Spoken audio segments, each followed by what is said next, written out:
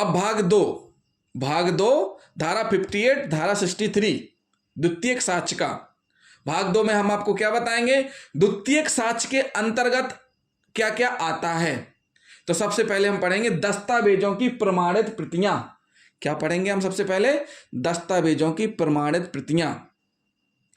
हर सरकारी officer, public document, हर सरकारी officer जिसकी अभिरक्षा में कोई सार्वजनिक दस्तावेज है, हर सरकारी ऑफिसर जिसकी अभिरक्षा में कोई सार्वजनिक दस्तावेज है, वह किसी भी व्यक्ति के मांगने पर तथा इसके लिए विधिक फीस चुकाने पर उसकी एक प्रति देगा। मतलब जो भी सार्वजनिक डॉक्यूमेंट है, अगर कोई भी व्यक्ति XYZ कोई भी व्यक्ति मांगे, उसके लिए जो फीस निर्धारित है उसे चुकाने के बाद उसको एक प्रति दी जाएगी। लेकिन अब बात है, प्रति तो दी जाएगी, लेकिन जो प्रति दी जा रही है वो कैसी होगी, वो हम आपको बताते हैं।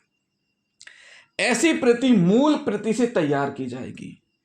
जो भी सरकारी ऑफिसर है, जब भी किसी के मांगने पर कोई दस्तावेज की प्रति दे रहा है तो कैसे देगा, ऐसी प्रति मूल प्रति से तैयार की जाएगी।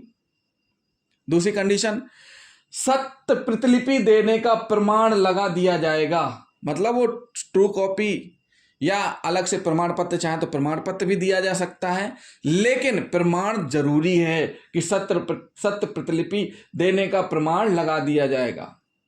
और साथ ही साथ क्या स्पष्ट करना पड़ेगा कि मूल दस्तावेज जिस अधिकारी के संरक्षण में है उसका नाम प्रति पर दिया जाएगा। क्या किया जाएगा, उसका नाम प्रति पर दिया जाएगा।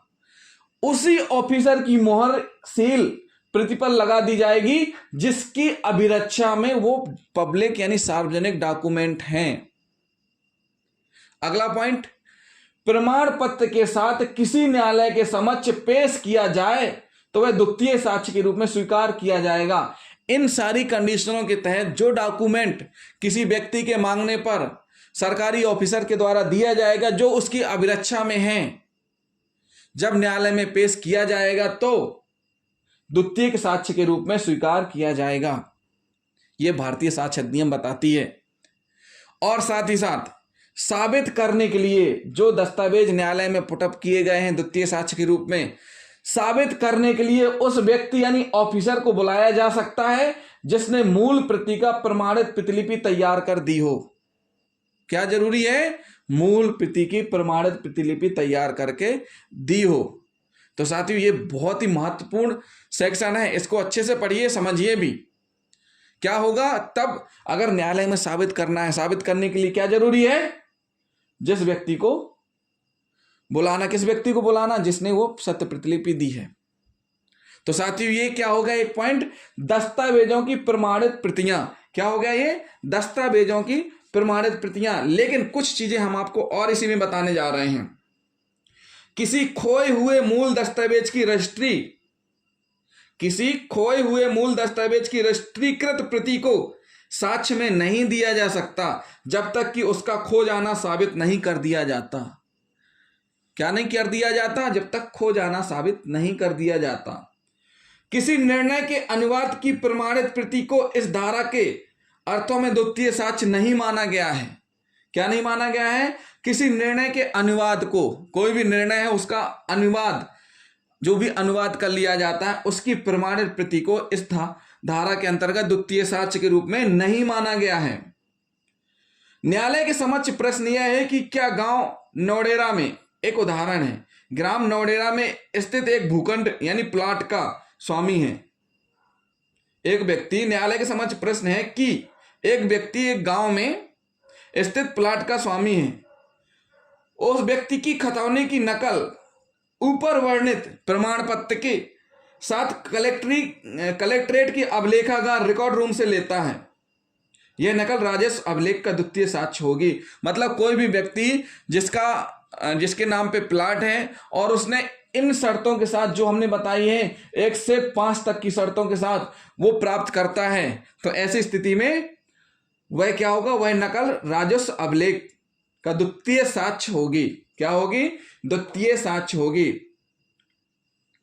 प्रमाणित प्रति दस्तावेज के अस्तित्व, उसकी अवस्था एवं उसकी अंतर वस्तु का सबूत होती है। जो भी प्रमाणित प्रति होती है वो किस चीज का सबूत होती है? प्रमाणित प्रति दस्तावेज के अस्तित्व, उसकी अवस्था एवं उसकी अंतर वस्तु का सबूत होती है, उसके निष्पादन का नहीं। किसके? उसके निष्पादन का सबूत नहीं होती है। जो प्रमाणित प्रति दी जा रही है वो किस चीज का सबूत होती है? दस्तावेज के अस्तित्व, उसकी अवस्था, उसकी अंतर वस्तु का सबूत होती है, उसके निष्पादन का नहीं। अतः किसी दस्तावेज की प्रमाणित प्रति दाखिल करने से ही कोई पक्षकार उसको साबित करने के भार से मुक्त नहीं हो सकता है कि उसने प्रमाणित प्रतिलिपि साबित पेश कर दी तो उससे क्या हो गया कि उसके प्रमाणित प्रतिलिपि उस भार से मुक्त नहीं हो सकता साबित करने से। यही साथियों हम बता रहे हैं कि अगर प्राथमिक के अभाव में सेकेंडरी आपने पेश भी कर दिया तो आप उससे मुक्त नहीं हो सकते। उसके लिए आपको साबित करना पड़ेगा। क्या करना पड़ेगा? साबित करना पड़ेगा। तो साथियों ये हुआ भाग 2। क्या हुआ? दस्तावेजों की प्रमाणित प्रतियां हमने आपको बताई हैं कि दस्तावेजों की जो प्रमाणित प्रतियां किस प्रकार से प्राप्त की जाएंगी और किस प्रकार से न्यायालय में पेश की जाएंगी और किस प्रकार से साबित की जाएंगी और किन किन परिस्थितियों में ये सेकेंडरी एविडेंस नहीं कहलाएंगी, वो हमने आपको बता दिया।